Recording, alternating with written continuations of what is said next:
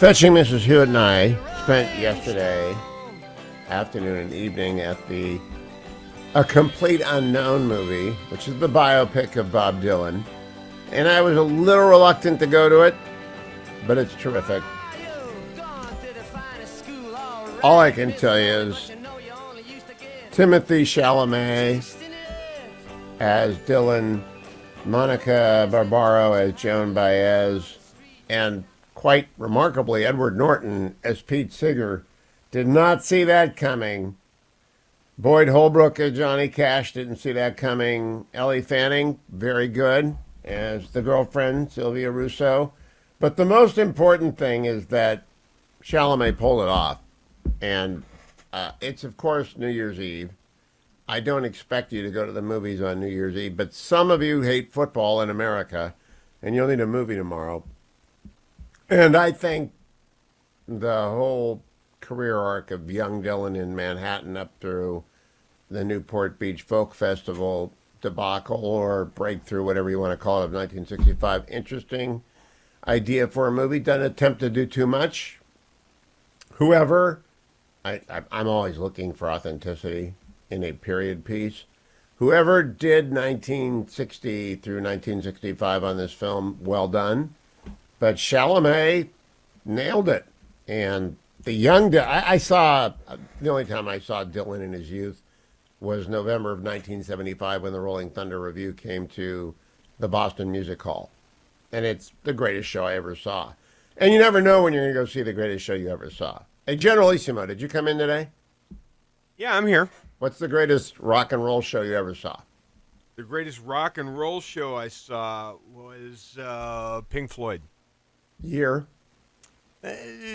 19... When was it? 1998, 99, 2000? Venue? Saw them at the LA Sports Arena. Hey, Adam Youngman. Yeah. Best concert you ever been to? I'd probably say back at the Universal Amphitheater in '97. All right. Beck. I wouldn't listen to that with your ears. No, I'm not a Beck guy. But then again, I'm not a Pink Floyd guy, though everyone else was listening to it. Harley, you go to concerts? Yeah, I've been to a few. Best concert? I've also seen Beck, but it wasn't my top. I saw Herbie Hancock, big jazz fan. Ooh, out of left field with the kid for the win. Herbie Hancock. No, guys, I'm sorry. You'll never match the Rolling Thunder Revue. The Fetching Mrs. Hewitt puts her Paul McCartney concerts up top.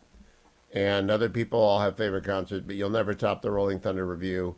November 21st, 1975, Boston Music Hall. 2 shows. I went to the 4 o'clock show.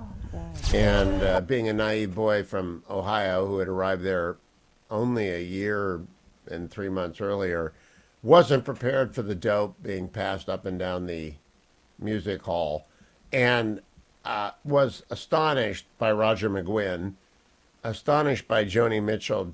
Joan Baez came out and sang, this was after Blood on the Tracks had come out, and she sang the Lily Rosemary and the Jack of Hearts, which was a remarkable piece for Joan Baez to prepare. And then Dylan just did Dylan. Who knows what he played? He played everything. New stuff, old stuff, stuff that sounded new but was in fact old and he'd redone it. Maybe, and the only Nobel laureate musician in ever. And that's something. That's a lot. But the movie is very well done. And I was so skeptical. So I wanted to begin my New Year's Eve show by saying one resolution that you can make is to go see A Complete Unknown. And then you go see it tomorrow instead of watching the Rose Bowl if you are anti-American. And if you're anti-American, you can go see... This isn't really anti-American. It's very... I mean, they downplay the fact that Pete Seeger was a communist. But Edward Norton did a fine job playing a middle-aged folk singer in 1963, 64, 65. We had a little Woody Guthrie background. We got home, did our research on Woody Guthrie. I don't know much about Seeger other than he's a lefty and a communist, and that's okay. He was a good singer.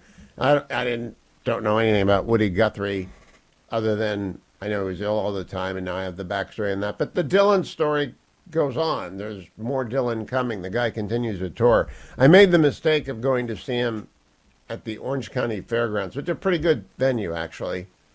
That's where I went and saw not Huey Lewis, not Hootie and the Blowfish. I thought I was buying 4 tickets to see Hootie and the Blowfish, and I ended up with 8 tickets to Huey Lewis and the News, which was a fine concert, especially since the one before it or after it, I can't remember, was Dylan, and for 2 reasons. One, it was terrible. He doesn't sing well anymore, and you have no idea what he's playing because he's always riffing. And then, it's sort of like Joe Biden. There's a cutoff for everything, including touring. Even if you're the greatest singer-songwriter of the last 60 years, you got to stop sometime. And then, of course, I was seated in the amphitheater, 5 rows behind the guy who was probably 22, and felt obliged, unlike everyone else who was there, to stand with a Dylan hat, sort of a Dylan brim, a lid that's kind of hip, to stand in tribute to Dylan for the whole show, right in front of me. So we ended up switching seats. Always drives me nuts that people are unaware of their surrounding. Here's another New Year's resolution for you. If you go to anything that has standing and sitting, don't stand the whole time. You're going to have to stand some of the time. Like the last 3 minutes of a football game. If it's tight and they're going back, you stand up. The last 30 seconds of a hoops game that's within 4, you stand up. You stand up at concerts for encores. You stand up for the President of the United States when they come in. There are places to stand up. You don't stand up during an entire concert of bad music by Bob Dylan. All that being said, today is New Year's Eve. 1-800-520-1234. We do resolutions, and I suggest resolutions for you. My resolution is the same one. I already got it this year. Nailed it with the Implacable Hill yesterday. The Implacable Hill is the rise, and it's a pretty good hill. I got up it yesterday, 4 miles, and a little bit sore this morning. So I got my relief factor out early today because I woke up. Oh, I said, that was the Implacable Hill. Here's my Icarian Curcumin Resveratrol Omega. Taking it right now. Because after the show, I've got to get out there again and go back up the Implacable Hill. And then tomorrow down to the Orange County beaches, where I like to do holiday trundles. We bring you tomorrow Dr. Larry of Hillsdale College and I in our annual Introduction to the West. It's sort of like your one-stop shopping center for getting started understanding where the West comes. Like my first lecture, if there's a law student out there, what you're going to hear in the first lecture, why are we reading American history? And Wilfred McClay's Land of Hope. And it's the best textbook on U.S. history. And given the rise of the new originalism, which means what did the constitutional provision or the statute's plain language mean to the public at the time it entered into law? Not so hard, pretty easy to do, but that's what they meant. But we got to know how we got there. So the first day of law school for me, for 27, I started teaching in 1995. I guess it's now 30 years. First class, how did we get here? How did you and the chairs get here? And how did we get here to a law school in 2026? In 2025, with them graduating in 2026? And the answer is small and big. There's a small history, your history. I hope you know it. Some people don't have the capacity to know it. They don't know how they got here. They don't know who their parents were, their grandparents, or great-grandparents. They're just here. And then there's all of us Americans, and we got here, and I stress to them, you have to know 5 civil. You got to know the Jews, you got to know the Greeks, you got to know the Romans, you got to know the Brits, you got to know the Americans. I'm not so much on the Jews, the Greeks, and the Romans, too much to teach, not enough time. But I do a little bit on the British Empire, the Glorious Revolution of 1688, the colonies taking advantage of the Brits looking the other way. And then we move on to American history with Land of Hope. But I already move up the hill. I'm going back up the Implacable Hill thanks to my relief factor. I want all of you to go out as your first New Year's resolution and go to Relief Factor. Their website is relieffactor.com. Order that starter pack for $19.95, relieffactor.com. Or you can get Relief Factor by calling their number 1-800-4RELIEF. And you'll thank me. That's another New Year's resolution. More New Year's resolutions, including whichever ones you want to call, 1-800-520-1234. You know what was great about the flick about Bob Dylan, a complete unknown in theaters now, is that they did not try and oblige you to listen to bad Dylan. It's all great Dylan. And it's going to win Oscars all over the place. For a variety of reasons. So it's my New Year's recommendation. My other New Year's recommendation is if you're going to buy gold, do it from AmericanFederal.com. AmFed, coin and bullion, 1-800-221-7694, 1-800-221-7694. Been my gold sponsor for a year. They're going with me to the afternoons. I got to call Nick today. Hope he's working today. Talk about some gold. However, I am going to tell you right now, whether you're buying a little or a lot, whether you're selling a little or a lot, do it with Nick and his handful of senior members of his team, 1-800-221-7694. Because the most important thing when it comes to buying and selling precious metals, especially gold, is that you deal with a reputable person. Coin collectors know this. But I'm talking to the average dummy who just wants to put a little bit of their wealth into indestructible gold and put it away in a safety deposit box and forget about it. 5 to 10% of your portfolio, good diversification between gold and dirt, maybe more depending on how much you love dirt. But gold, you can't go wrong if you're mostly worried about inflation. Gold has more than kept up with inflation for 100 years. And you hold it for the long term, you buy it and you keep it, and you forget about it. And you do it with our friends at American Federal because you can trust them. Up front, I want to buy this much gold. What's the commission? Nick will tell you. I want to sell you this much gold. He's going to say, well, send it to me and we'll take a look. But you can trust him. And everyone loves him. He was on with Dennis Prager for years and years. If you missed the update on Dennis yesterday, you can go back to my YouTube channel, like and subscribe, please, and listen to it and read about it.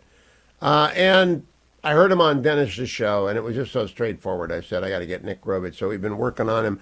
And he's not he doesn't love the early mornings because it's really early out west, but he loves the new time frame, like 12 to 3 in the west, 3 to 6 driving you home in the east, which starts on January 13th. Whole new audience, whole new group of customers, but don't let this get past you at the end of the year. Call up Nick, 1-800-221-7694. Markets yesterday are down. Pay no attention to markets during this time of the year. People are trimming for the end of the quarter reports, et cetera. They're buying a little bit of that. The Dow was down a point. The NASDAQ was down 1.25. The S&P was down a point. Gold is at $2,625 an ounce, basically unchanged from yesterday. The 10-year Treasury is still stubbornly stuck at 4.5 to 1. What you need to know is that stocks on pace for best 2 years in a quarter century. Markets always look forward. They knew that Joe Biden, for at least the half year, since June at least, they knew he wasn't going to be the president, so that was going to be a bonus. And they have known for a long time that vast amounts of federal money were flowing into big tech. And therefore, big tech was the big winner these last 2 years. Stock picking funds, not so much. People are deciding they can do this for themselves. Stock picking funds record $450 billion of outflows. Now, I went in heavily into cash. I always tell my audience, they know what my conflicts are. I own one stock now, Palantir. Just Palantir. Everything else is cash or mutual funds. Why? I'm a little bit worried about the next month. I really am. We don't have a president. We don't know who's running the country. We don't know what bizarre stuff they're up to. Janet Yellen is out there talking about the debt limits, which no one thinks is a real issue until late spring. So I just don't know what they do. But in the meantime, people like me who do three things: own cash, own mutual funds, and pick a couple of stocks. The stocks we pick are big tech. And big tech's been winning. Stock picking funds are down $450 billion this year. There's people, you know what? I can do this.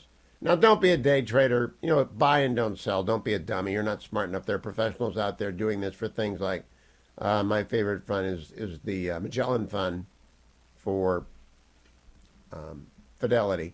And go find it fun and live with it. Go buy gold and do it the same amount of money every year at the same time or every quarter at the same time.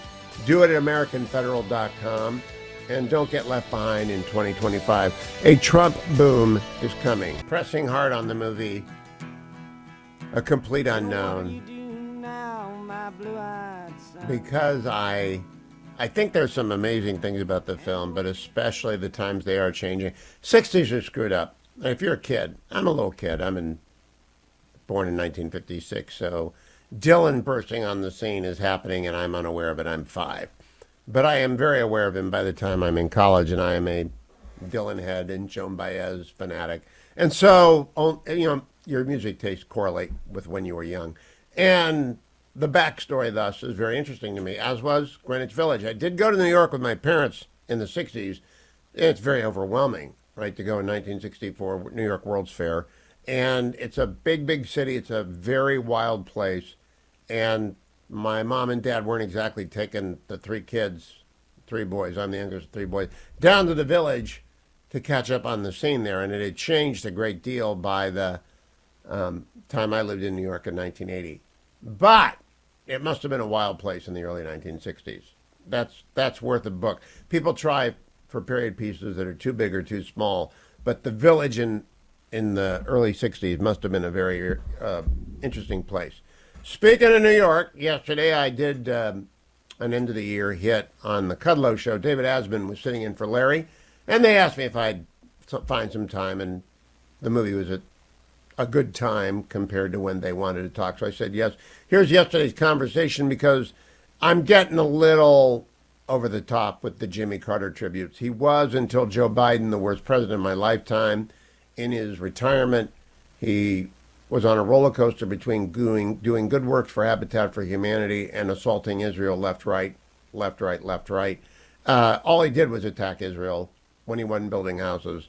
And his political, he intervened in the 1994 Korean nuclear missile crisis, the result of which was a deal that allowed North Korea to nuclearize. So he had a horrible ex-presidency marked by generosity towards people in need. By the way, Joe Biden has won the homelessness game. The biggest achievement of Joe Biden will be when we look and see that homelessness has gone up an extraordinary amount since he became president, and especially in 2024. The blue state homeless boom is the lead editorial at the Wall Street Journal this morning. Homelessness kept rising in 2024 as progressive remedies fail. I'll come back to that. So that is really Joe Biden's biggest accomplishment, are the tent cities we see everywhere in the United States. But I went over a little bit of this with David Asman yesterday. So let's roll that tape from yesterday's Larry Kudlow show.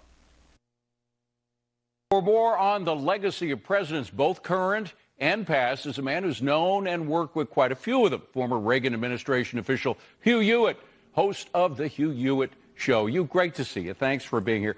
I'm going to talk about this snide remark of President Biden in just a moment. But first, on Donald Trump's memories of Jimmy Carter. And he worked with him as a businessman, and he knew him fairly well. Here's what he said on Truth Social. He said the challenges Jimmy faced as president came at a pivotal time for our country, and he did everything in his power to improve the lives of all Americans. For that, we all owe him a debt of gratitude. And then a little later on, he followed that with this. While I strongly disagreed with Carter philosophically and politically, I also realized that he truly loved and respected our country and all it stands for. You want to talk about these? That's a pretty decent memory of Jimmy Carter from a guy who disagreed with him quite a bit, isn't it? It is very gracious, David, and a Happy New Year in advance to you. I thought very gracious by President Trump. I'm not so sure that Joe Biden's stab at a comment in the Virgin Islands, decency, wasn't aimed at Donald Trump rather than at the eulogizing of Jimmy Carter. In fact, it was indecent what he did with the 37 murderers whose sentences he commuted. The President Biden, is not is not capable of discharging the office right now. He ought to have resigned more than a year ago, as the Wall Street Journal reported earlier this month. And I think what we are seeing is a man fairly desperate to do something that is a signature accomplishment. Jimmy Carter did die knowing he hadn't been the worst president of the post-war period. Joe Biden is that. But the decency comment following the commutations, a little bit tough. Actually, a lot of tough to swallow that one, David. Well, I'll say. But what Trump said about Carter coming in a pivotal moment, I think is appropriate for what we're going through right now. I mean, Carter came in the shadow of Watergate. People didn't trust the government. Of course, they didn't trust the president under Nixon, but they also had problems with what the FBI was or wasn't doing politically, which is what's happening now as well. We had the Church Committee to investigate it. In the past several years, we've had committees in Congress under Republican leadership looking into what exactly Biden did. So there are a lot of similarities. And to Carter's credit, he really did. He did, I think, as much as any president could coming out of Watergate to reinvigorate a little trust leading into the Reagan administration. No? Except, David, for his inability. The thing that defines Jimmy Carter is naivete. He was naive about the mullahs. He was naive about Khomeini. He was naive about the Soviets. About the Sandinistas in Nicaragua, I'm old enough to remember. Yeah, but his last year was very good. After the Soviets invaded Afghanistan, he kind of woke up to the fact that they were bad guys. He saw what was happening to Iran. He began a defense buildup. Inflation, interest rates killed him off. The pivot we need now is the pivot that Reagan made away from Carterism, and I think that Trump will make away from Bidenism, which is failure in understanding the complexities of the world and the fact that they're, in fact, evil people who mean us great harm.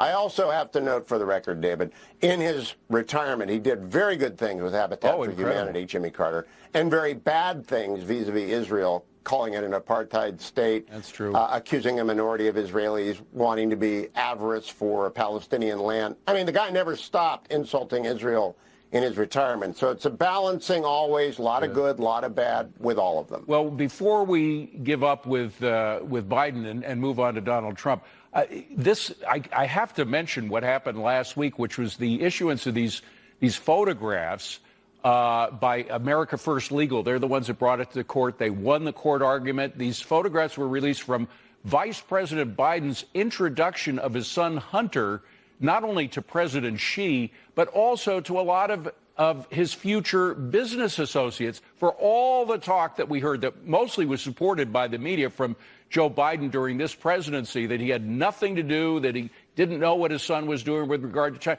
He was introducing his son to his to his future colleagues and certainly to President Xi himself. In President Biden's defense, he probably doesn't remember doing that, David. The Robert Hur special counsel investigation, which said he's, a genial old man with a poor memory, is a kind way of saying he is not all there. He's impaired, both physically and mentally, and therefore he's off the hook for a lot of this stuff. I do not want the president-elect to turn the Justice Department loose on the Biden family. I hope we look forward like he did in the first term. He didn't go after Hillary Clinton.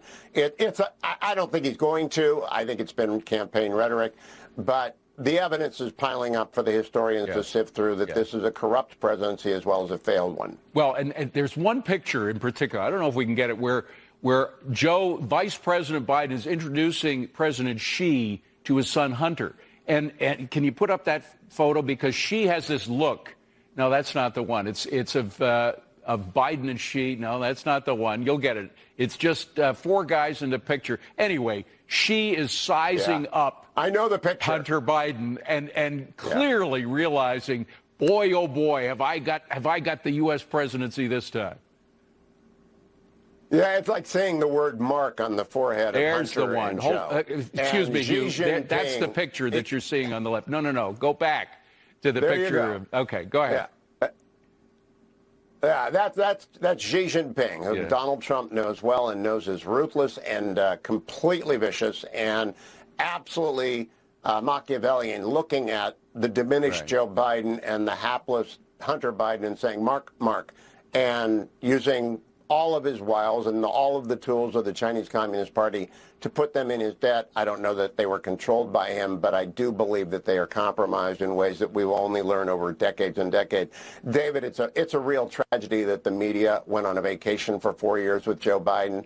Legacy media has a lot to answer for the covering up. I know you weren't involved, and I know that a lot of people on the network called it out like I did on my radio show. But everything about Joe Biden has been obvious from day one, but the legacy media has been protecting him. They're like his front, they're blocking guards and tackles. I don't know how they ever recover from this. So that leads us to President Trump. And, of course, he has a legacy from his first term. He got the tax cuts in. We had a booming economy. He got the Abraham Accords in, which was a tremendous accomplishment of peace in the Middle East. He closed the border essentially down to all but those migrants that deserved to be coming in and did so legally. But then came the pandemic, and it kind of destroyed a lot. Will he be able to redevelop his legacy as president in this second term? I'm very optimistic. We have to add to that the greatest upset win in American political history, 2016. The greatest comeback in politics in 2024, surpassing my old boss and his old friend, Richard Nixon. We got to talk about the Trump boom, the economic growth that was everywhere until the Chinese unleashed COVID out of the lab upon the whole world, and 1.2 million Americans died. But he did get Operation Warp Speed up and running, as you said, the right to try law, the First Step law. Trump got a lot done, but there's a lot more to be done with the Navy, with the wall, with deregulating everything. So I'm very optimistic about the next 4 years. And his energy level is off the charts. Oh, it's I really have unbelievable. not seen anyone with that kind of sort of life force in him.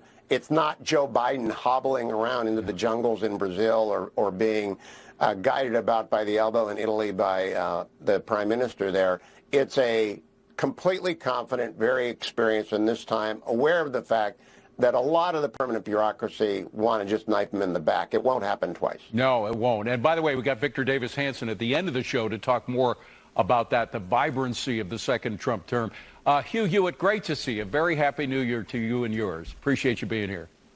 I think David Asman is really a pro, just a complete professional. Let me tell you, if you are wanting to go to the inauguration, we are running a contest for you. All you have to do is text the name Trump, T-R-U-M-P, to 94878. That's Trump to 94878. Win 2 tickets to the inauguration to do an inaugural ball and all expenses paid.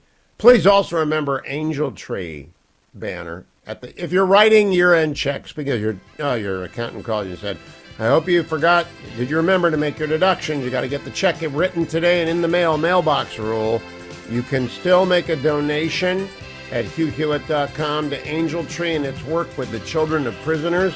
And boy, do they need your help. Thank you in advance for all that you are giving, the love that you are giving to Angel Tree at HughHewitt.com. David Drucker joins me of The Dispatch. David, you're younger than I am by a lot. Are you a Dylan fan? I mean, I like Dylan, and I'd like to see the flick. So maybe not a diehard, but I appreciate his music, and I do listen. It's a wonderful movie, but you're too young to appreciate the 1960s stuff. David, what's the best concert you've ever been to? Best concert I've ever been to? Oh, that is, well, I'd probably have to go with the Eagles when they got back together in the early 90s at what was then known as the Irvine Meadows Amphitheater. Oh, excellent choice. Been there a few times myself. Now, David, what do you make of Joe Biden and Jimmy Carter? Because that's what I got asked by David Ansem yesterday on Larry Kudlow's show to assess Joe Biden's decency comment and the legacy of Jimmy Carter. So you take the swings at the Biden comment on Carter and Carter himself. Well, listen, I mean, I think that I think for a lot of people, Carter defined what an ex-presidency, what a former president could do with the stature and influence that they had accrued by the fact that they were elected president, regardless of whether or not their presidency had been a success. And look, I think with Joe Biden, as with all presidents, sort of history will be the judge of whether or not they achieved anything lasting, and that includes both positive and negative, right? I mean, we assess in real time. There's some real mistakes that Joe Biden made You know, obviously, when you're chased out of a race, it's not because people wanted you to win a second term. But we've found over the years that people will look back over the years and look back whether or not they experienced the presidency or not, and they will have different views on it, both positive and negative. Well, I lived under Jimmy Carter, and I spent the second half of it in San Clemente with the exiled Richard Nixon right out of college, watching him lose Iran. And my view is, until recently, he was the worst president of my lifetime. But he did preside over the Camp David Accords, which was a big deal. And after the Soviet invasion of Afghanistan, he got religion and began a defense buildup, his two wins. However, the hagiography that's occurring about his post-presidency, he did a lot of good with the Habitat for Humanity, but boy, he was anti-Israel. And the book, Peace Not Apartheid, was rock bottom, and that was 17 years ago. He still had his marbles, David. Has that come up in your conversations about Carter, how he turned against Israel? Well, listen, it's something that I saw. It's come up, I think, in a lot of what I have read. The fact that he also was a sort of election denialist regarding the 2016 election, you could throw that in there. Look, none of these people are perfect, and I think your assessment of Carter there is pretty good. The fact that I think the point though is that I was making is that over time people both look back and assess in different ways than they do in the moment, and that's not just positively. That's also as you point true. out with Carter, some of the flaws there. Let's go to Joe Biden. Asked about Jimmy Carter in the Bahamas, he said, decency, decency, decency, widely interpreted as a jab at Trump. Then he's also had leaked, or his team has leaked, that he could have won the election if he'd remained the nominee. That's hilarious. He would have lost worse than Kamala Harris did, in my view. But what do you make of the assertion that if he'd have been allowed to get back in the ring, he could have won? Yeah, I always wanted to be point guard for the Los Angeles Lakers, and maybe if they put me on the court. By the way, offer's still out there. They're not doing so well. The Cavaliers are in town. Did the Cavs beat the Warriors last night? I haven't looked yet, but go ahead. Everybody's been beating the Warriors lately, even the Lakers. I know that's not much of an accomplishment. Listen. Yes, indeed, but they crushed them 113-95. But Lakers tonight. Lakers tonight at Staples. Staples tonight. What do you think? Look, Cavaliers? I'll go with the Lakers. They just traded for a defensive specialist, so let's do that. Listen, Hugh, I made the joke because it takes a certain kind of personality to be elected president, and it's a certain kind of personality that always believes that you will win or could have won. And so, listen, I followed the campaign as closely as anybody. I saw the numbers. He was not going to win. Kamala Harris probably saved a few Senate seats for the Democrats. It doesn't seem like much of an accomplishment now. It will later. But it's the kind of thing presidents think, because it's that kind of personality that leads you to believe you should ask people to give you the job in the first place. So I just didn't make too much of it. Now, do you believe his staff actually believe? I mean, Jake Sullivan is engaged in amazing revisionism right now. I'm not surprised by it. I can believe that a lot of the staff believes it because it's that kind of dedication that gets you to put aside your life for a few years or more and do this kind of work. Well, you're very generous as the New Year's ends, David M. Drucker. I want to thank you for a great 2024. I hope you will move to the afternoons with me. I'm not sure what your afternoon schedule is, or whether you'll be beaming in from the dispatch. Happy New Year, David M. Drucker. Follow him on X. Happy New Year's Eve to all of you. I am joined to begin the celebration by Mary Catherine Ham, host of Getting Hammered podcast and of Normally podcast. Mary Catherine is doing the very smart thing of dumping her kids with the grandparents and enjoying a few hours of extra rest. Am I right about that, Mary Catherine? Are you dumping kids on grandparents? We are, but you know what? My parents are blessed that they have too many grandkids and too many kids to fit in their house. So the amount of rest I can actually get is governed by how much space there is for us, and there's not a lot. Oh. I spent hours with T-Rex Teddy and his brand new electric vehicle in the driveway for the last week. So I know what my highest and best use is to chase after Genghis Kate in her pink car and after T-Rex Teddy on his police-mobile. Mary Catherine, I took the Fetching Mrs. Hewitt because we are now sans grandchildren to a movie yesterday. Shocking development. Oh, nice. And we went and saw A Complete Unknown with Timothy How do we say his name? Chalamet. Chalamet. And it's a fine film. Have you seen it yet? I have not seen it, but I'm interested in it, and I am generally impressed with Timothy Chalamet. So am I. And this brings me to my very pressing year-end topic. I am a child of the age of Aquarius. I am in second grade in 1964. I think you were in second grade around 1986. My movie stars, when I first started getting dropped off at the movies, were Sean Connery and Goldfinger and Julie Andrews and Mary Poppin and Audrey Hepburn in My Fair Lady and John Wayne and Clint Eastwood, A Fistful of Dollars, Dr. Strangelove, Peter Sellers. Pretty good list, 1964. 1986, Steve Guttenberg in Police Academy, Tom Hanks in Splash and The Money Pit. We've got Chevy Tom Chase. Yeah, no, we're not going to. That he doesn't count. He's TV. You've got. 3 Men and a Baby. 3 Men and a Baby was very formative for me, so he. Oh, okay. Okay. Well, you've got Chevy Chase, Kathleen Turner, Yeah. Chuck Norris, Molly Ringwald, and today they have Timothy Chalamet. Who do you think had the best lineup? Them, us, you, or me?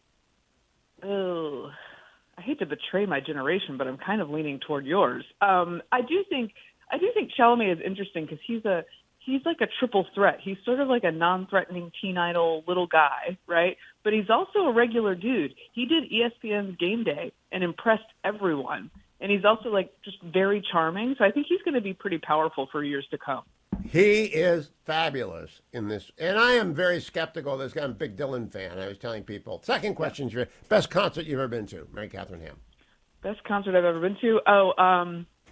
I saw Outkast in the very early days, which I know is not your style probably. Nope. But I was a freshman in college. It was a very small open field venue. The ticket cost $8, and it was splurging for me to buy it. And it was fantastic. There were like 500 people there. That is fabulous. Mine is Bob Dylan, the Rolling Thunder Review in 1975. And it did not cost a lot of money to get a very high up nosebleed seat at the Boston Music Hall. That's another difference between then and now. You could actually go to a concert without calling up and getting a payday loan. But generally, if you compare Chalamet with yours and with mine, who's going to win the movie star battle 100 years from now? Well, it's interesting. I've done the math before, and Tom Cruise is the longest running lead man, Yes. like leading man for just the longevity is insane because he started when he was 17 as a leading man in teen films, and he's still going. So I think there's something there. But I think for like sheer manliness, probably your generation. Yeah, I think it's pretty hard to beat. I've always argued that 1956 is the best year to be born for pop culture, both as to music and to movies. And I think you've got a decent argument about Tom Cruise. But the one guy who's on all three lists, all right, so the 1964 list, the 1986 list, and let's say 2 years ago or 4 years ago, is Clint Eastwood. If you want to talk about durability, he did A Fistful of Dollars in 1964. Goodness gracious. That's crazy. So, Mary Catherine, New Year's Eve. How do you and the wonderful Mr. Ham celebrate? Well, I'm not really a New Year's Eve person. I feel like it's a lot of work. I don't like to get dressed up when it's cold outside. I like to stay in, so I don't do anything too crazy usually. Vic Mattis does have a little gathering, so I may go to that if we can find childcare. But as you know, finding childcare can be difficult on New Year's Eve. Oh, What do you have to pay someone to handle your brood of four? Pardon? What do you have to pay someone to handle your brood of four in D.C. these days? Oh, at least $25 an hour usually. If I can sometimes get a teen, and then you can take it down a little bit. It is, isn't it remarkable? I mean, isn't it just crazy how much it costs for childcare? Yes, I mean it's wild. I understand why people get concerned about that when they are thinking about having children. I think it's still obviously the greatest thing you can do, and you just need to bite the bullet and figure it out later.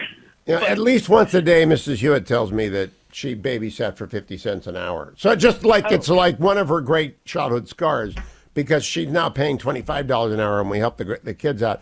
Mary Catherine, let's get serious. Joe Biden says he would have won if he'd stayed in the race. I think that's as delusional as the rest of Joe Biden's presidency. It's crazy. It is crazy. And when he says that, he doesn't say it on camera. It's leaked. Did you read the leaks about Joe Biden, Jake Sullivan interview with the Washington Post, and what he said that Biden was dealing in decades and generations and long-term stuff? His agenda wasn't driven by the political cycle. Well, it's a lovely unprovable hypothesis, right? Because we have to wait a couple decades to see if Joe Biden was right. Joe Biden's not right. Just like him being diminished for the entirety of his presidency, you can see it with your own eyes. Jake Sullivan has to make up excuses for his co-presidency, since he's been making a lot of decisions these past 4 years that he shouldn't have been making, and this is how he's justifying it. Now, I want to know if I got probably booed through the television yesterday. I was on Larry Kudlow's show with David Asman, and I made the statement, I hope Trump doesn't spend a minute chasing after the Bidens. I just don't want, he should look forward, get the wall built, rebuild the Navy, cut the taxes, deregulate housing and energy. He's got a lot to do without politicizing DOJ. What do you think? I'm kind of with you, not because I don't believe they should, not because I don't believe they shouldn't be punished, but because there's only such a limited amount of time, particularly for a president who's actually on a honeymoon. This is the first time he's gotten that chance. So that is not my top priority at all. But there is a concern that, if they get away with it, it's just the rules are different for different parties. And I do not love that. I just think as a matter of resources and time, you should focus on the things you promised on the trail, and that was not number one.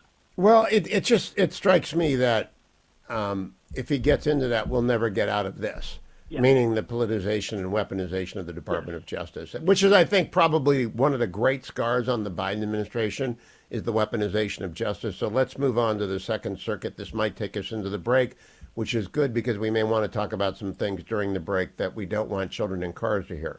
Yesterday, a 3-judge circuit of the Second Circuit, Judges Chin, 70-year-old senior circuit judge, Obama appointee, Judge Carney, 73, another Obama judge, Judge Perez, 50, a Biden judge, unanimously upheld the Jean Carroll verdict. And I read their opinion, and it's nothing wrong here, nothing to see, move along. What's your reaction to that? If I'm honest, I have not read up on this, but I have always been fairly skeptical of the Jean Carroll verdict, given the amount of sort of like physical evidence and the questions about her narrative that she's not even sure about and has contradicted in the way she's spoken about it publicly. It seemed like sort of thin gruel as a case, and obviously it was civil, not criminal, from the beginning to me. So I guess I'm not terribly surprised that that 2 Obama and 1 Biden appointee would back it. Do you think that it's intentional when I had to go look up every judge. I had to go look up the opinion. There was no link in any major newspaper account of the Second Circuit's decision.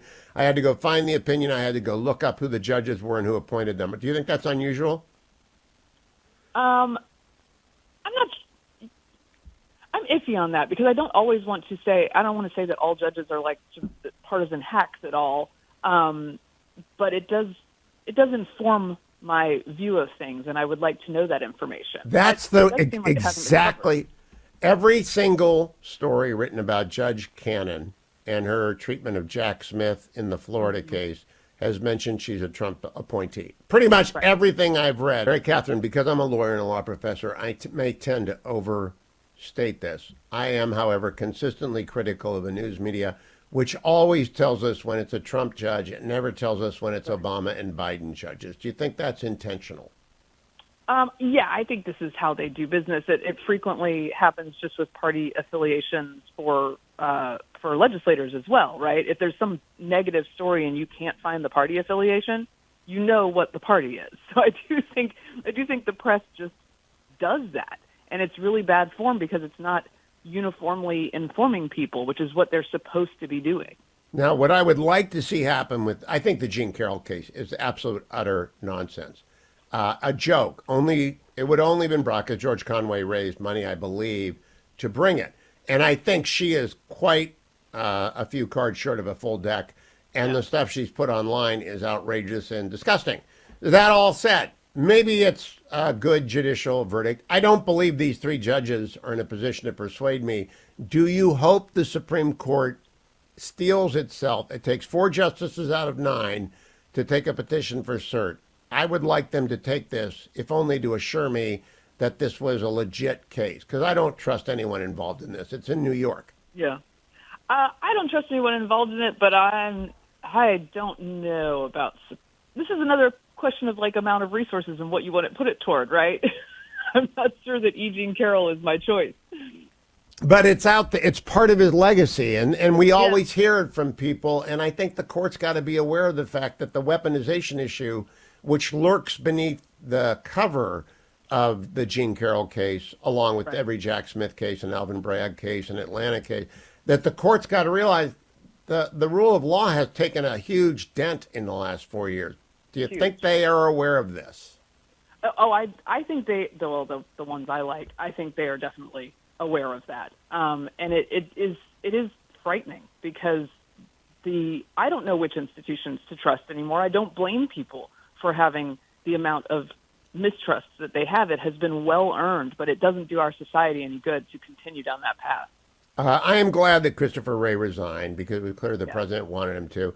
Do you think the president should nominate a new archivist? Because it wasn't this archivist who set in motion the process that led to the raid on Mar-a-Lago. It was David Ferriero, the old archivist. The new archivist had nothing to do with it, but is a lefty, is a Biden nominee. Do you think Trump ought to clean house there too?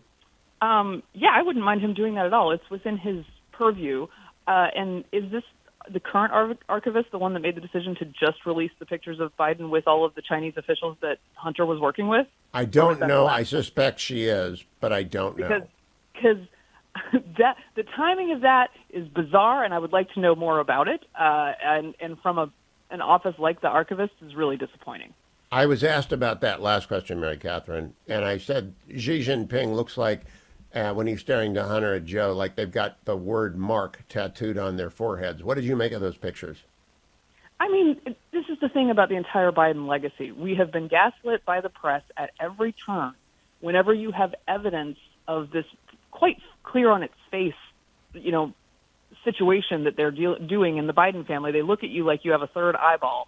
And then there's actual evidence in bank accounts and photos that Biden was indeed meeting with these people and enriching the family off of it. And they still look at you like you're crazy, whereas in the Russiagate story, you needed zero evidence to come to the conclusion that Donald Trump was a Russian asset. It's embarrassing. They keep doing it, and it keeps feeding distrust. They are so broken, I do not believe they can be repaired. But we'll talk about that next week. Mary Catherine Ham, enjoy having grandparents around. Go foist the kids on them and have a nice day out with Steve. Thank you for joining me. Getting Hammered, I want more of it. You guys have been slacking off like everyone else. It's like a desert for podcasting, but Getting Hammered will return soon. Thank you, Mary Catherine. Bye. New Dylan biopic is in theaters. Timothy Chalamet playing Bob Dylan, the enigmatic Nobel laureate, who didn't attend the reception. Joan Baez, by the way, very well played in this movie. They did not find that Barbero is a very good actress. No one can be as telegenic and as charismatic as Joan Baez, but they did the best they could. Generalissimo, myphdweightloss.com, 864-644-1900. That's 864-644-1900. Does not sponsor concerts, but I wanted to get you on the record about concert food. Yes. Should you eat anything in a venue ever? No, not really. So the Butterfinger pieces I had yesterday, they're not on the My PhD weight loss plan? No, on the loss plan, no. They are not on the loss plan. Even when you ran uphill and downhill 4 miles like I did yesterday and I ache a little bit? Is this the hill I think it is? It's the Implacable Hill. Okay, the one kind of near... Yeah. Okay, yeah, I know which one you're talking about. And I go up that hill, Uh-huh. and that is a climb. It is the Implacable Hill. But it was froggy yesterday. Foggy, and it used to be called froggy by my kids, so we still use that term. And it was a challenge. It was a little bit chilly, but I thought by doing that I earned the Butterfinger pieces. Does it work that way? No. Doggone it! I'm never going on my PhD weight loss. If I can't get Butterfinger for pieces. losing. For maintenance, it's a different story, and that's what you learn when you're on the program. There's a difference between the losing weight part and then maintaining it. So all of you out there who are going to do a New Year's resolution about your weight, you can have two choices. You can pay $1,000 a month and get Ozempic or one of the new drugs For the rest of your life. Or you can go and do myphdweightloss.com, 864-644-1900. Dwayne lost 50 pounds. Gallagher lost 50 pounds. People lose weight and keep it off the old-fashioned way, and you're not paying $1,000 a month for the rest of your life. Maybe the price will drop. I shouldn't say for the rest of your life. I don't know. You can maybe get a doctor who prescribe it for you for diabetes you don't have, and then therefore you might be able to get it covered by your insurance, but I'm not sure. Thank you, Generalissimo. Let me also remind everyone, Americans for Prosperity, as the new year ends, AFP ought to get your attention. One New Year's resolution, I'm going to be active in politics, and not just in the last month when I'm biting my nails, but I'm going to work to make my community wherever I live in the United States better. I'm joining AmericansForProsperity.org today. They have organizations in 50 states. Congressman-elect Jeff Crank was, for example, the AFP rep in Colorado for so many years in the Springs. And Jeff Crank finally decided he would run for office after having built for 10 years. It's a great way to get ready for running for something. It's to spend 2-4 years as an AFP director or a co-director or a staffer at the start. It's all volunteer. It's a great group of people. They showed up en masse. When I did an event with Mike Gallagher for Bernie Marino in Columbus, Ohio, they showed up en masse when Mike, joined by Larry Elder, and I did an event for Dave McCormick in Pennsylvania. Americans for Prosperity were everywhere in the battleground states. That's why Trump won 7 out of 7 battleground states. It's because of AmericansForProsperity.org. Go there and join today. Make 2025 the year you become an activist.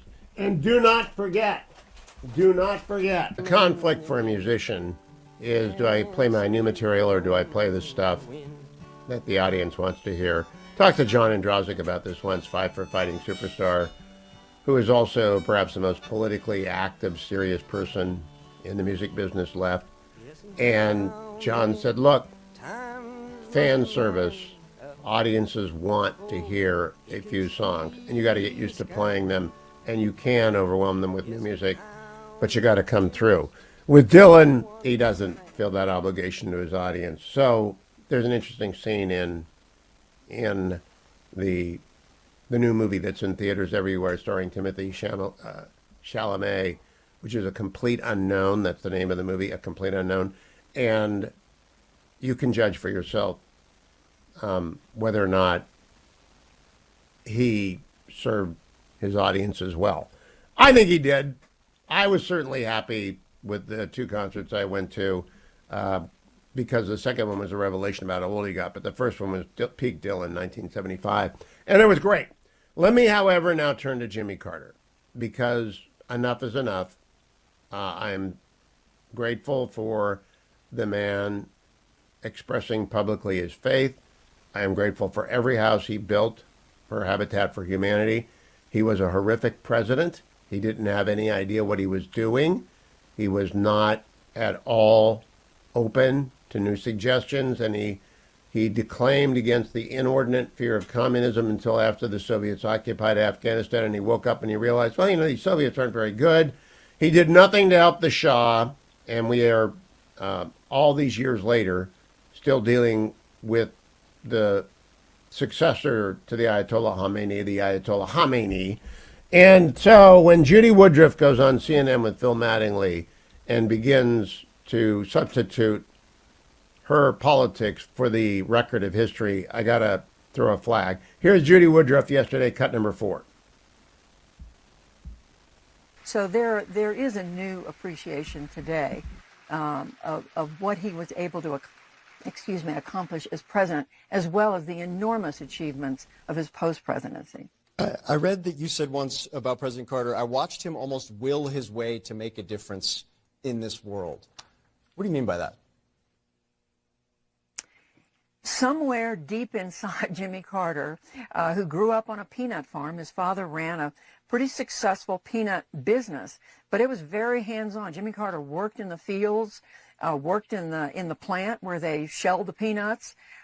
He did hand labor. He grew up in a very, you could say, not just rural, but a very simple, manual labor-oriented environment, and yet he was always a good student. He went to the Naval Academy. Somewhere inside of him was a fierce drive to make a difference in the world, to look after the people who couldn't look after themselves, to care for the weakest among us.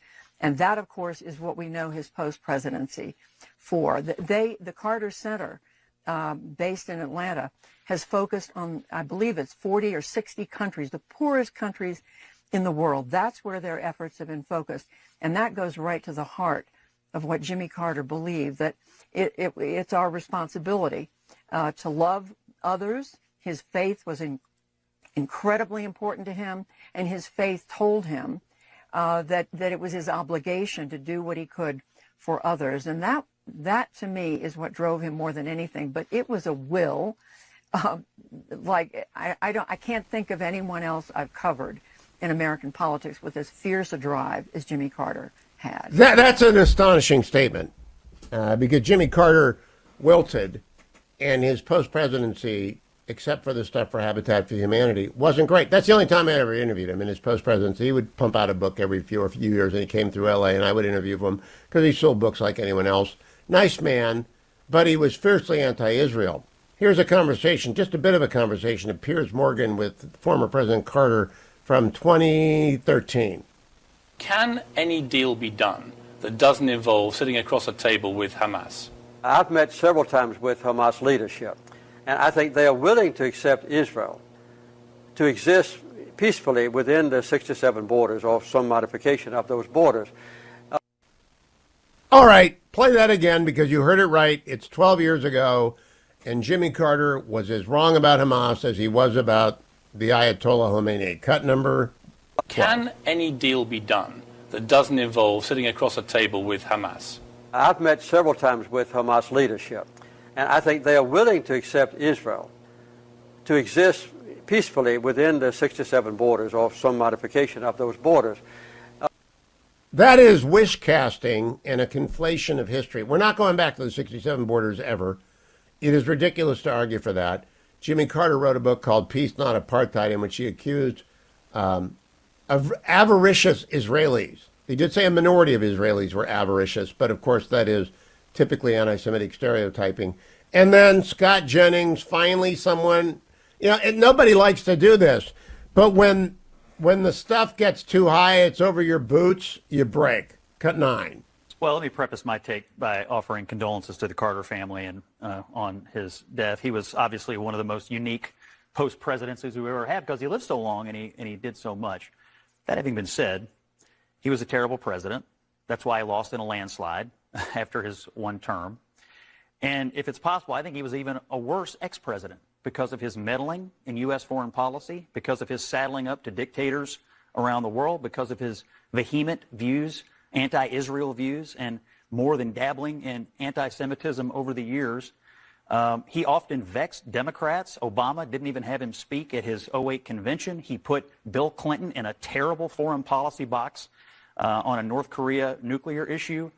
I think he was a guy who had a huge ego and believed that he was uniquely positioned to do all these things even after the American people had roundly and soundly rejected his leadership. So I respect people who run for president and get elected president, but in his particular case, I think he time and again proved why he was never suited for the office in the first place. Before you jump into him, I mean, Scott Jennings, let's go up now to Nicole Wallace of MSNBC weighed in. Cut number 6. Taken as a whole, his life is a portrait of a man who represents the very best this nation has to offer, a legacy as a public servant and as a humanitarian, who is a beacon of decency, something his longtime friend, President Joe Biden, knows firsthand. All right, so we have to get in that Joe Biden is like Jimmy Carter, misunderstood and decent. I had a different take on Fox Business yesterday, cut number 5. Except, David, for his inability. The thing that defines Jimmy Carter is naivete. He was naive about the mullahs. He was naive about Khomeini. He was naive about the Soviets. Our about the inordinate fear of Sandinistas communism. in Nicaragua, I'm old enough to remember. Yeah, but his last year was very good. After the Soviets invaded Afghanistan, he kind of woke up to the fact that they were bad guys. He saw what was happening to Iran. He began a defense buildup. Inflation, interest rates killed him off. The pivot we need now is the pivot that Reagan made away from Carterism, and I think that Trump will make away from Bidenism, which is failure in understanding the complexities of the world and the fact that they're, in fact, evil people who mean us great harm. I also have to note for the record, David, in his retirement, he did very good things with Habitat for Humanity, Jimmy Carter, and very bad things vis-a-vis Israel, calling it an apartheid state. That's true. Accusing a minority of Israelis wanting to be avarice for Palestinian land. I mean, the guy never stopped insulting Israel in his retirement. So it's a balancing always, a lot of good, a lot of bad with all of them. Well, so I went and dug that up. His most recent book that was anti-Israel was called Peace, Not Apartheid. The headline was Palestine, Peace, Not Apartheid. And I found all the anger and controversy about that book. Now, this is years after he meddled in the Carter. Carter inserted himself into Bill Clinton's decision about North Korea.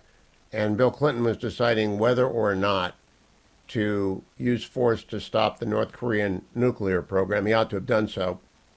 Jimmy Carter showed up uninvited in North Korea and brought back a deal that put Clinton in a terrible position. That's his meddling. And then, in one passage of this book, he said that Israel was an apartheid state. He sat down with Steve Inskeep in 2014, I guess this is. The book came out in 2013. And Steve said, why did you use apartheid? And maybe it's not the perfect word. Steve being diplomatic, as always. Well, I'll try and make a perfect case, said Jimmy Carter. Apartheid is a word that is an accurate description of what is going on in the West Bank. Not true. And it's based on the desire or avarice of a minority of Israelis for Palestinian land. That is, of course, an anti-Semitic trope. It's not based on racism. Well, you just used a racist explanation. Those caveats are clearly made in the book. This is a word that's very accurate description of the forced separation within West Bank of Israelis from Palestinians and the total domination and oppression of Palestinians by the dominant Israeli military. So he was unapologetic. I go back. Piers Morgan, Jimmy Carter, that year. Cut number 12. Can any deal be done that doesn't involve sitting across a table with Hamas? I've met several times with Hamas leadership, and I think they are willing to accept Israel to exist. They're not, and 10-7 proved that, but it was in their charter. All right, so this is willful naivete to say that Hamas in 2013, 2014 was willing to accept Israel. They have never been willing to accept Israel. That's why they broke from the Palestinian Authority after Oslo. They are hardcore Islamists. They are jihadists. They are murderers and massacre terrorists. That is what they did on 10-7. Jimmy Carter was naive about the Soviets. He was naive about Ayatollah Khomeini. He was naive about the North Koreans. He was naive about Hamas. He has been naive about everything since he became president, and we continued to carry the burden of it. But sunk costs traveled after him. When he invested so much in his human rights view of the world, that bad guys are good guys who are just misunderstood, it distorted, it perverted his entire presidency and his post-presidency. So I know he gets a state funeral.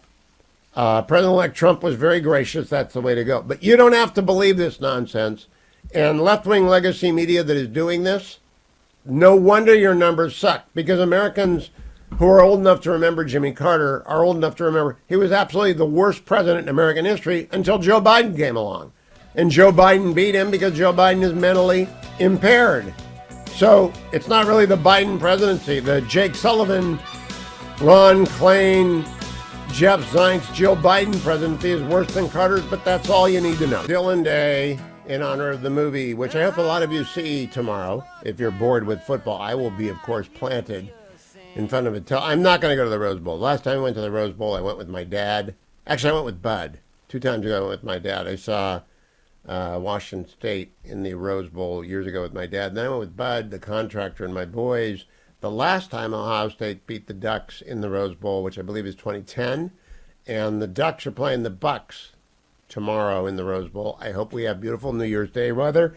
But I have for you my 3 resolutions, which I want you to listen to after I remind you. If you want to be a part of the inauguration, we are running a contest at Salem Media. You have to text the name Trump. Just text Trump to 94878. 2 tickets to the inauguration, 2 tickets to an inaugural ball, all expenses paid trip to D.C. But you cannot go if you do not enter. You cannot win if you do not enter. Text Trump to 94878. Only one person wins, but that person gets to bring a friend or a spouse with them to D.C. for the inauguration of the inaugural ball. Please also remember, if you're doing year-end gifting, a lot of people write checks on December 31st, take advantage of the mailbox rule. They pay their employees a bonus on December 31st. The employees get the check in 2025. The employer takes the deduction in 2024, and the employee doesn't have to pay tax on it until January 26th. It's called the mailbox rule, one of the first things you learn in contract law, which is actually kind of useful, and the IRS respects the mailbox rule. Now, there are 3 things that you should not do today. 3 resolutions to make, 2 of which are don'ts and 1 is a do. So I misspoke.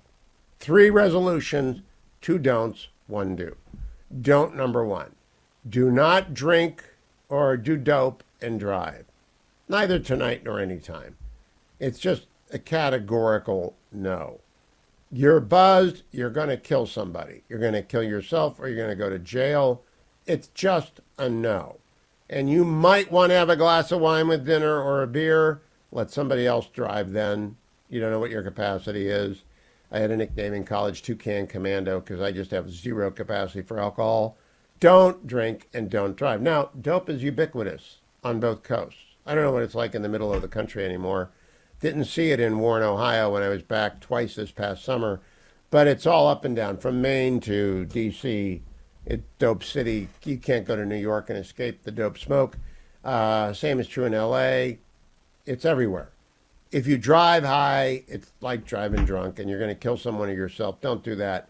Number 2, and this happened to me 2 nights ago. Do not run at night in black. Just don't do it. It's so stupid. Now, I am generally against women running at night because they are targets for creeps. So 2 nights ago, my car battery had died. Hadn't used it in a while. Got back to California, called AAA. They come and charge the car. And you got to go out and you got to drive the car around. So I did about 40 minutes on a loop that Generalissimo knows. I live on a big, big loop.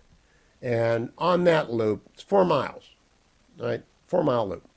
On that loop, I passed about a half dozen times a young woman dressed in black, running opposite traffic, which is the way to do it. You don't want to run with traffic. That's even stupider. But running against traffic, if you're wearing all black, does not help you. Now, I am aware I don't drive looking at my phone. I do drive with books on tape, but I am able to keep my eyes on the road. So I saw her, 15 times that I went around the loop charging the battery. And I just thought to myself again and again and again, does no one have any common sense? You've got to wear a reflecting pad. People are not paying attention. If you wear black, you're going to get killed. You're going to get hit by a teenager who's texting. And everyone's going to lose. You're going to lose. The teenager's going to lose. The adult driver will do it too. And if they're buzzed, you're a triple risk. And just because you're running opposite traffic, don't tell yourself that you can jump out of the bike lane and onto the curb if someone is acting funny in their car. You won't know until it's too late. Just don't do it. Yeah, I really do not understand people who run at night in black. I know some people schedule their nighttime runners. My late brother-in-law liked to run at night. I never have. I'm a morning guy. But don't do it. And then finally, my New Year's resolution, I'll talk more about this next hour. Go to church 26 times. Pick a church, go there 26 times over the course of 52 weeks. Now, if you're a practicing Catholic, you're supposed to go about 60 times, 52 Sundays or Saturday vigils, plus 8 holy days of obligation. But if you're not a Catholic, you're not obliged to go at all. I think, especially if you're a non-believer, if you go to church 26 times in 2025, your life will be different and significantly better. And even if you don't believe a thing, pick one church, make sure it's a good preacher, and commit to 26 appearances. Happy New Year's Eve to you. Have a great day tomorrow as we celebrate the arrival of 2025. 21 more days, and we have President Trump back. God has a sense of humor. There are two kinds of Christians, Catholic Christians and everyone else. Now, Catholic Christians believe in purgatory, so you don't go directly to heaven unless you received a plenary indulgence pretty soon before you died. And you can get sprung from purgatory ahead of time. It's not all about suffering. It's about preparing yourself to be in the presence of God. But every other Christian believes you go right to heaven. So Jimmy Carter is either in purgatory or he's in heaven. But we don't have to pretend that he was a saint. He was not a saint. He was a very flawed politician who made some terrible decisions. And the hagiography we are getting right now, it's okay. He did a lot of fine work for Habitat for Humanity. And I think we should leave it there. His presidency was an utter disaster.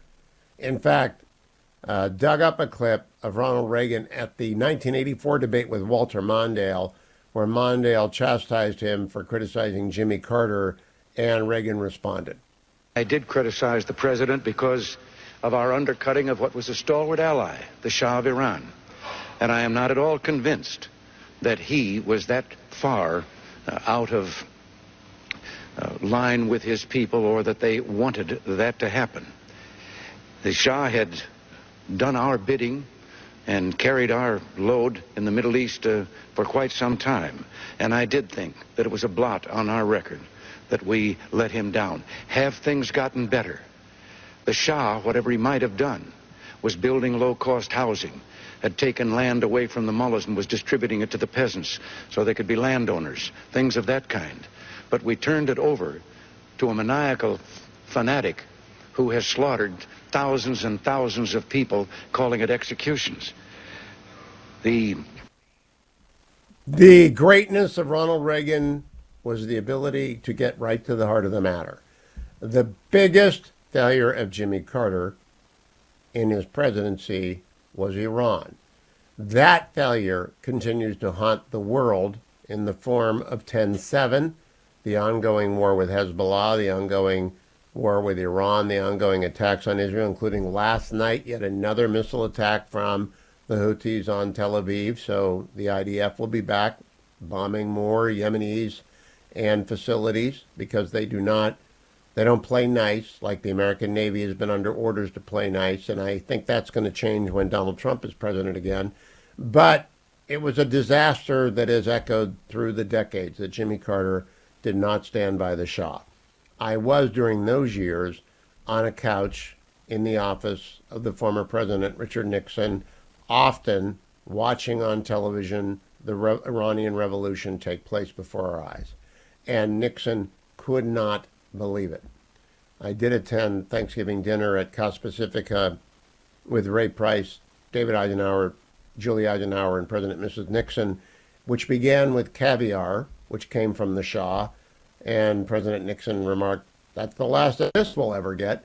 They were good friends. They knew each other well. Nixon wrote the book The Real War, in which he referred to Saudi Arabia and Iran as the two pillars of the Middle East, and one fell under Jimmy Carter. And the consequences of that fall continue to haunt the world. And 10/7 is only the most recent manifestation of all the evil the Ayatollahs have done. And that all goes back to the timidity of Jimmy Carter in supporting the Shah. The naivete of the man was extraordinary. It's a good argument against electing a one-term governor who doesn't know anything about national security.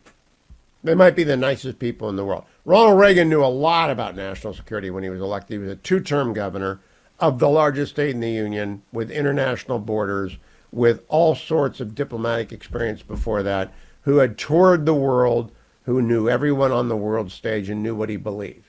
Completely different from Jimmy Carter. So it's not a question of actually having served as president. Donald Trump had that advantage over Joe Biden. But God's sense of humor is in the fact that Joe Biden is president when Jimmy Carter dies. Jimmy Carter lived long enough to realize he would not be referred to as the worst president in American history. That is Joe Biden. Modern American history, James Buchanan started the Civil War. I get that. But I began history in World War II going forward when we assumed the mantle of superpower and leader of the West. Before that, it was Great Britain. What we did not matter so much. But since World War II, the worst president by far until this president was Jimmy Carter. And now this president is worse than Jimmy. Inflation like Carter, interest rates like Carter, not as high as Carter's inflation, not as high as Carter's interest rates, but the same stagflation. An incredible obtuseness about the world. And Jimmy Carter did not preside over Afghanistan. He did preside over a Soviet invasion of Afghanistan. That's not the same as a Russian invasion of Ukraine, after we agreed in 1994 not to allow that if new Ukraine gave up its nukes. And Joe Biden said, minor incursion, not a problem. Did not preside over an anti-Israel policy so vehement or a appeasement policy so complete that the Ayatollahs felt confident giving Hamas the weaponry and the money that it did, that Qatar gave them the weaponry and the money that it did, that Hezbollah would join the war against Israel on 10/8 after the massacre of 10/7. All of that goes back to Carter, but its precipitating cause was Biden's weakness. And Biden's weakness flowed from the fact he wasn't really president. He hasn't been there for a long time, and you know it, and I know it. There is today in the Wall Street Journal a story. Biden exits, battling for his legacy and believing he could have won. The 82-year-old president is spending his final weeks in office telling war stories. Do we have Bruce Springsteen's Glory Days? Can we bring that up as the soundtrack for this, please? Because that's what he's doing. The Wall Street Journal relays to us that Biden is just saying he could have won. He's going around and telling everyone he could have won. He fills his public and private meetings, the story says, with war stories from his long career and reminders of his achievement. He seeks to burnish his legacy, infusing even the most rudimentary of White House events with a retrospective look at his career. There isn't any legacy. There is nothing except corruption and weaponization of our Justice Department. There is a refusal to tell the truth. There is an Edith Wilson monumental scandal that was beginning to come out in the Wall Street Journal story by Annie Linsky. I've known he's been physically not up to the job for years. I've said that on the air over and over. He's infirm. I did not know about the mental impairment until the debate. Didn't realize that sundowners are real with this guy and that you really cannot trust his decision-making process anymore. You can trust any impaired 82-year-old's decision-making process. Now, Donald Trump will be perfectly fine if he maintains the same mental acuity and energy that he's got right now for the next 4 years. There are lots of 82-year-olds who could be president of the United States. Not this one. Not this one. And Kamala Harris, I've decided, will write the memoir. She has the incentive to tell us the truth. She's going to run for governor of California. She wants to believe she can do a Richard Nixon-style comeback. Nixon lost the presidency in 1960, and he lost the California governorship in 1962, and he came back and won the nomination in the presidency in 1968. Kamala Harris thinks that Kamala for California is just great. We will reserve judgment against that when it happens. But I'm here to tell you, she was a better candidate than Joe Biden was. That's why they pushed him aside. He was going to lose 50 states. Because everybody out there, just like the supermajority believe that boys should not play girl sports, not anti-trans, not indifferent to the great dysphoria that children confused about gender feel, not indifferent to the struggles of parents of children with gender dysphoria, It's simply that boys should not play girls' sports in high school or college, period. 80-20 issue, 90-10 maybe. Well, Joe Biden and Kamala Harris are on the 10 and the 20% issue of that, but at least Kamala Harris could have articulated it. There is one thing Jimmy Carter can do if he wants to burnish his legacy. One thing and only one thing.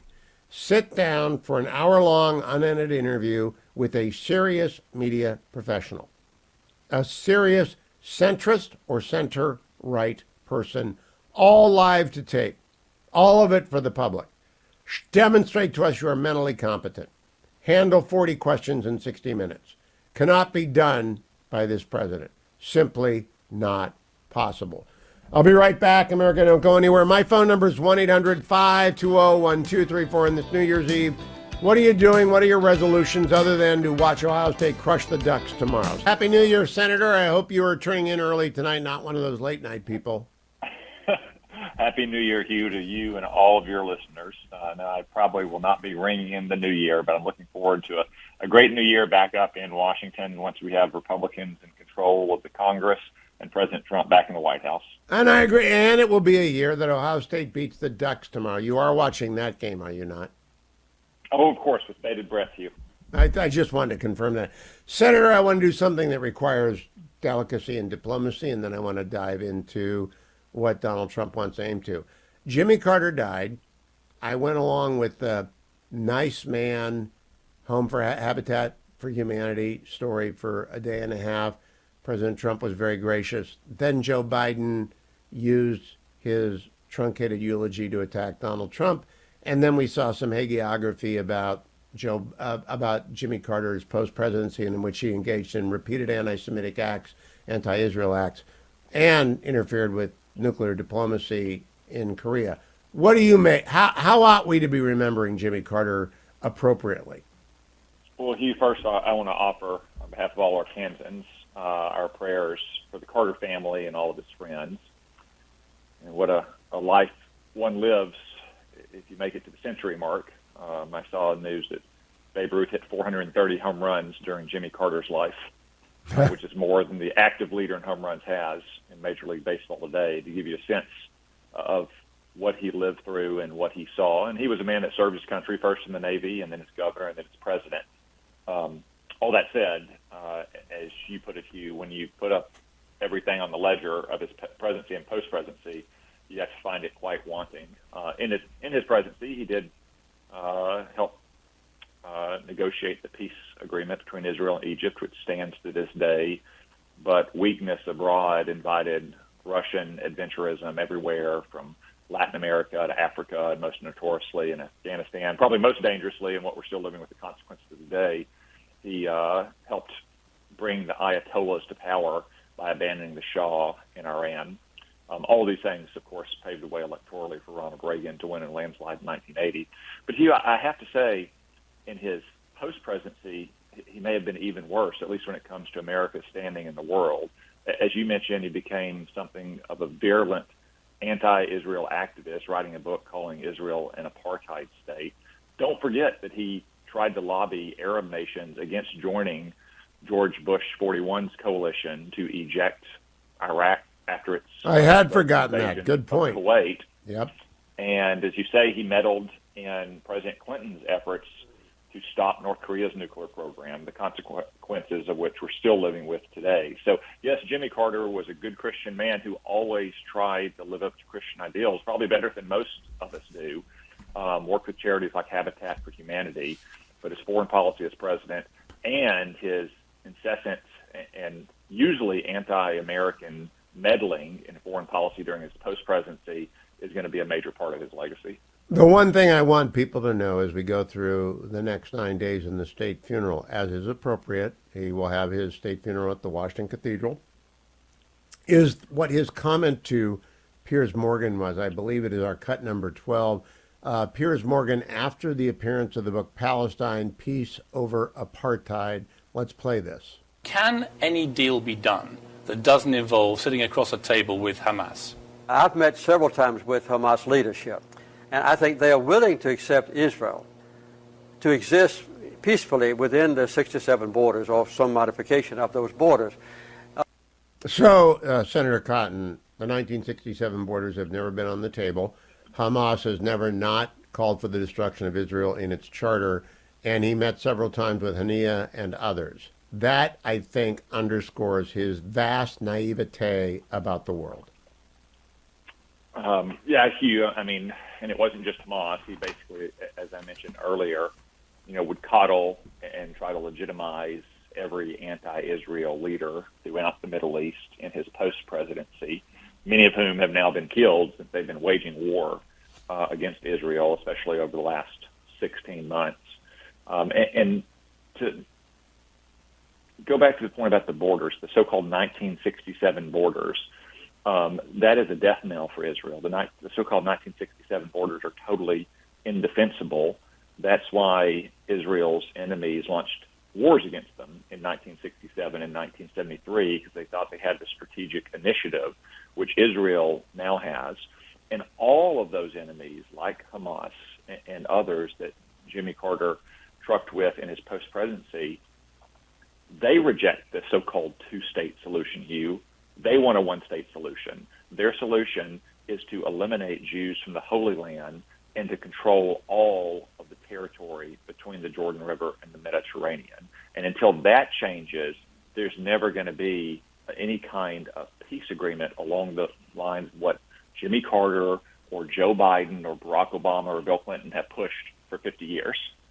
Senator Cotton, I want to turn to your jobs in the second Trump administration. You are going to be chairman of the Senate Republican Conference, the third-ranking Republican, and the chairman of the Senate Intelligence Committee, replacing Marco Rubio, who is going to state. This bodes well for the relationship between the Department of State and Senator Cotton and the Intel Committee. Let me ask you, who is the new member of the Intel Committee replacing Rubio? Well, Todd Young has joined the committee because we had an extra seat we gained by going from the minority to the majority. Senator Rubio will remain on the committee, though not chairman, for the first couple weeks of January. I suspect it won't be that long before we confirm him. And then Senator Thune will make the announcement of who's going to join Todd Young as the new member on the committee after Senator Rubio resigns from the Senate. And I won't get ahead of what Senator Thune is going to decide and announce on that. Very good. Now, I want to go to President Biden. I have already pointed out that his comments about President Carter in the Bahamas were aimed at Trump. Decency, decency, decency.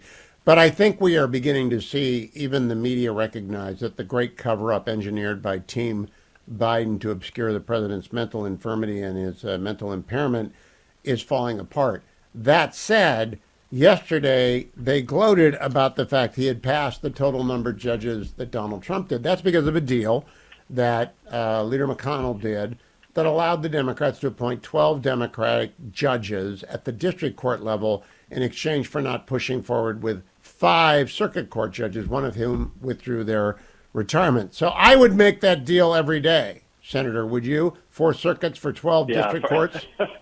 A few observations about this, Hugh. I guess Joe Biden and Chuck Schumer can get all excited, spiking the football, that they got one more judge confirmed than did Donald Trump in his first term. But I have to ask them, they do realize what's about to happen, correct? On January 20th. I mean, I can confidently predict that Donald Trump will go into presidential retirement having appointed many more judges than Joe Biden will. I can confidently predict that. Second, as you point out, they have many more district judge, the trial judge nominees. Those are very important. Joe Biden and Chuck Schumer ushered in a lot of left-wing ideologues onto the district courts. I am saddened for the people of states like California and Illinois and New York that they're going to have to deal with all those ideologues on the district courts. But district judges do not make precedent. They do not bind their peers or any other courts in the land. That's in contrast, as you say, to the courts of appeals, where Donald Trump's record is stronger with more judges appointed. Those are the second most important courts after the Supreme Court. Furthermore, if you look at the judges that Donald Trump appointed versus Joe Biden appointed, Donald Trump appointed many more judges that were filling previously held by democratically appointed judges than Joe Biden appointed judges that were replacing Republican-appointed judges. So the shift in the Court of Appeals is much more significant for President Trump than it has been for Joe Biden. And this explains that's only going to continue. Senator, the for the numbers for our audience, the record for the number of judges appointed by a president is 383. It's held by Ronald Reagan. That's 149 ahead of the 234 judges that Donald Trump got confirmed in his term. However, already Donald Trump has 54 confirmed judges on the courts of appeal and 3 on the Supreme Court. He's had the most dramatic effect on the Supreme Court of anyone in my lifetime. I want people to understand that Joe Biden is once again misleading people about the importance of his legacy. In fact, district court judges are important. Don't get me wrong. I've appeared in front of a number of them. They're my friends. In fact, there's an opening in the Northern District of Ohio. You're not the chair of Judiciary, but if you want to nudge Chuck Grassley to say Hewitt would like to go back to Ohio and be Judge Hewitt, the second Judge Hewitt, that's fine by me. But I'm not looking for the First Circuit seat. Hugh, not to be too blunt about it, but I think you aged down of the federal judiciary about 25 years ago. I did, but I'm talking. It's Ohio. I'll go for 20 years. But no one wants that job anyway. There are 2 Republican senators. I know Bernie and I know J.D. Vance, and I will know whoever is appointed by Mike DeWine. I'm just saying it's Ohio, district court judge. I'm not asking for the First Circuit vacancy in Maine. That's you got to hire a 40-year-old for that. Let me ask you, Senator, when we discussed this yesterday, when people bring up constitutional amendments, there's only one I would support, and that reads, any president, vice, excepting those currently serving, any president, vice president, or justice of the Supreme Court, associate or chief, shall not serve beyond the age of 80. Do you think that Supreme Court, that constitutional amendment could pass? Hugh, I would want to give it more consideration and have it aired and debated well. I'm generally hesitant about constitutional amendments. I think we have a pretty good Constitution as it was drafted by our founding fathers. I think if we did a better job of following it, we would be better off as a country. And as President Trump has often said, age is a proxy for ability, but it's not the be-all and end-all. And I've seen that in the Senate over the years. I've seen people well into their 80s who are still sharp as a tack and working. Well, you work with Chuck Grassley. You work with a 91-year-old super smart guy. Is a perfectly good example of that, who still challenged me to push-up contests. Yeah, that's. But I've also known people who are much younger than that, or as President Trump always liked to say, Bernie Marcus until he passed away. I mean, Bernie Marcus was well into his 90s, and Bernie was still whip smart, extremely capable, very active in his charitable work and his political work. So even an amendment like that is simple and straightforward, I think it would deserve debate and full airing before we make a decision like that, which would, in effect, take a decision out of the hands of the people every 4 years. But if that's something they debated and aired and passed through the Congress and the legislatures, then that would be their decision to make. I might also add to that the Supreme Court number shall remain fixed at 9. Senator Tom Cotton, because he's on armed services, and I wanted to ask him about the legacy goals that Donald Trump should aim for. Senator, he's already got a great legacy on the economy, on judges. He will build the wall. He will deregulate. I want to talk about the Navy. And I want to quote from the CSIS study from this year. China now possesses the world's largest maritime fighting force, operating 234 warships to the U.S. Navy's 219. Now that's warships. Those are people that can deliver lethal blows. Do you think we need to break the one-third Pentagon budget and throw a lot at the Navy, and will Donald Trump do that? I think we have to relook at all of the Pentagon budget, Hugh, and make sure that it's geared towards our biggest threat in the world, China. Some of that's going to require more shipbuilding. It's also going to require more aircraft, more munitions, more investment in space, which has become a frontier of the battle against China and Russia, for that matter. And also basic manufacturing and the need to produce more munitions to deter those adversaries. We're also, I need to point out, as you often do, in the middle of recapitalizing our nuclear arsenal, which is fundamental to our existence as a nation, given the threat that Russia and increasingly China poses. And there should be no sacred cows when we go through that budget evaluation, and it should be based on what's necessary to protect our nation and to prevent a major war, not on parochial considerations, as it too often is, both in the Pentagon and in the Congress. So, last question, Senator. Mike Waltz, National Security Advisor, Bridge Colby, Undersecretary of Defense. I'm not sure who's going to PPO at State. The big thinkers. They are all navalists, even though Mike Waltz was a Green Beret and an Army guy. The big iron grip on the Pentagon is turnover at Secretary of the Navy. There have been so many of them, and at CNO, and they always change their mind, and we don't have a plan. Is this going to settle under the new SecDef, SecNavy, and Bridge Colby, and all the other people like Mike Waltz who are entering who are hawks? Yeah, I hope so, Hugh. I hope you have stability and durability in the senior leadership at the Pentagon. Because frankly, a lot of these problems can't be solved in 4 years. I mean, that's one of the lessons that Bob Gates writes about in his memoirs about his time in government service. You can make progress on the biggest ones, but it takes at least 4 years. And I know Pete Hegseth and John Phelan, the nominee to be Secretary of the Navy, understand what a rough state the Navy is in and what a rough state our shipbuilding is in, and how both of those are absolutely vital to deterring a major war with China, most likely over Taiwan. So I'm looking forward to the Trump administration getting in office, working with Republicans in the Congress, and in 4 years having our military on a much better footing to deter any war with China from happening. I'm looking forward to reading your new book, Seven Things You Can't Say About China, which hasn't arrived yet. I have not gotten a pre-publication, just saying. Is one of those 7 things that they have the largest Navy in the world? One of the 7 things that China is preparing for war. A second thing is China could win that war, again, most likely over Taiwan. So if you want to know the truth about China's military buildup and their intentions, you can get 7 Things You Can't Say About China. There's 2 chapters solely dedicated to China's military buildup and the threat of war with China, in addition to China's economic world war and what China has done to infiltrate America, infiltrate our governments, our companies, our media, our universities. If you're worried about the threat of China, as I know so many are in your audience, you should go out and pre-order a copy of 7 Things You Can't Say About China. Use your gift cards, America. Your pre-publication will come out soon.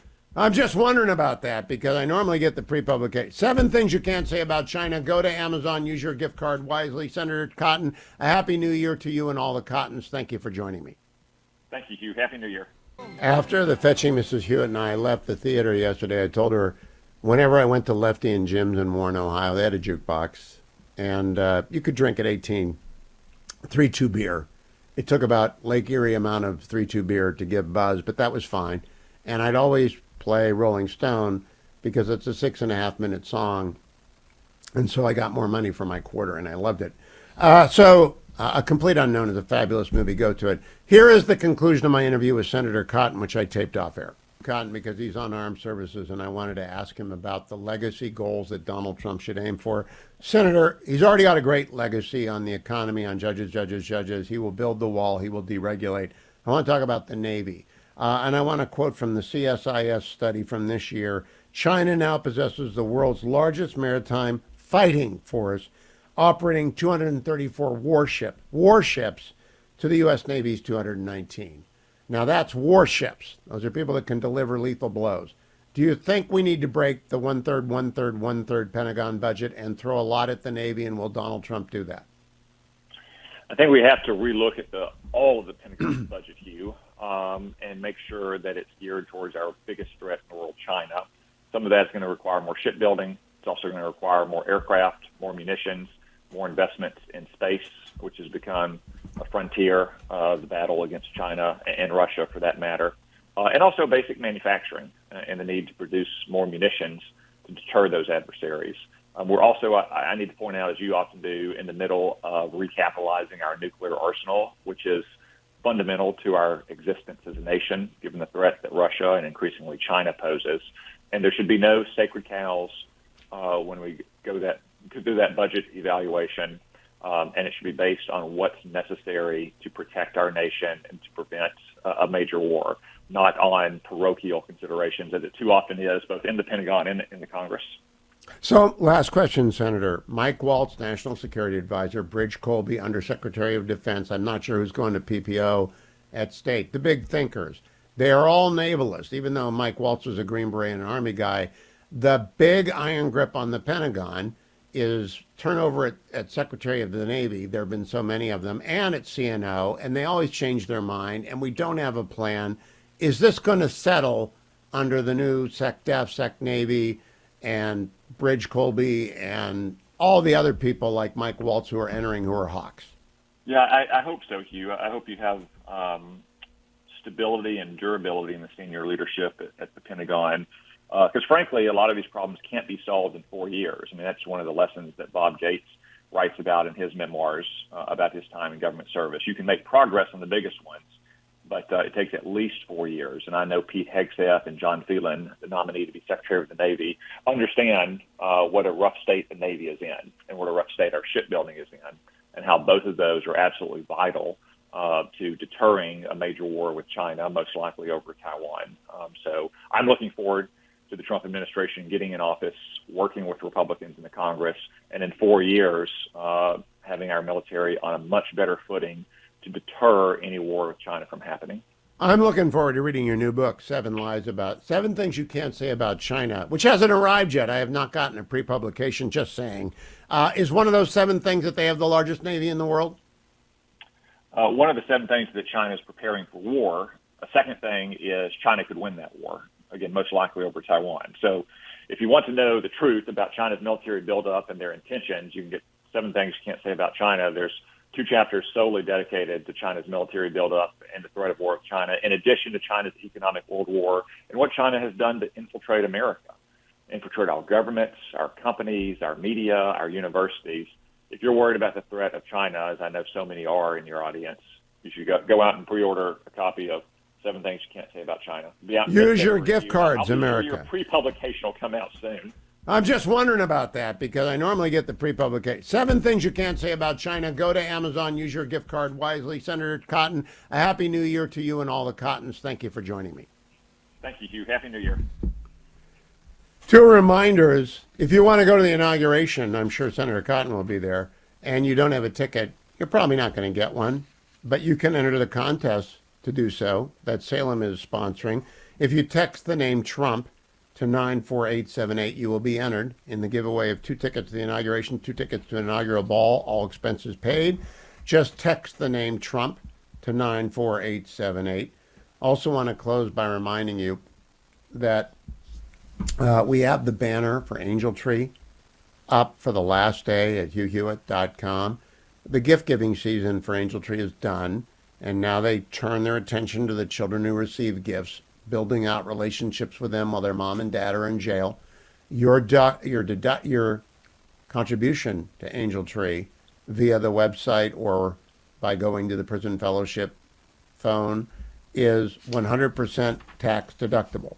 You can always call, all right, 888-206-2764, 888-206-2764. But if you go to hughhewitt.com, you can make your donation there. Don't forget the podcast today. And as your New Year's resolution, like and subscribe to Hugh Hewitt channel on YouTube. You can be done with your 2025 resolution tonight. If you just go to Hugh Hewitt on YouTube, like and subscribe.